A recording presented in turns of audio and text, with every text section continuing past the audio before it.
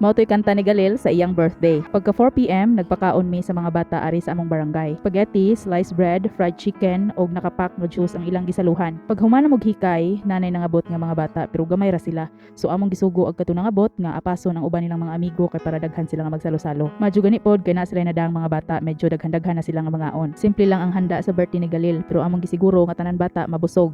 Di ka nga di man pwede mo apil sa game og wa nahurot ang pagkaon. Una gipakaon ang mga bisita ni Galil nga mga bata kaysa panihapon ang bisita na pod sa mama o sa papa. Samtang nangauna ang mga bata, ang papa ni Galil og iyang mga tiyo nagsabong sa ilang mga manok. Itariay na siguro ni karong Domingo kay giandam naman ang kusog. Unya, pagkahuman og kaon sa mga bata, nag-swimming nas Galil og si Iril. Kanas Iril mao nay kuya ni Galil. Kaning palit man ang mama og papa og swimming pool para sa birthday ni Galil. Di wa na nakahuwat sa Galil, naligo na dadyon pagkakita swimming pool. Kay naa may mga bata nga di ganahan maligo, so nagkabot-kabot ra sila og mga biskwit ug mga chicheria. Ang pinakaunang ning salang sa kabot-kabot kadtong mga kahayt ni Galil. Para fair ang laban, tanan makakabot. Unya, walay parents or guardians nga motabang, sila ra gyud kabot paring kamot.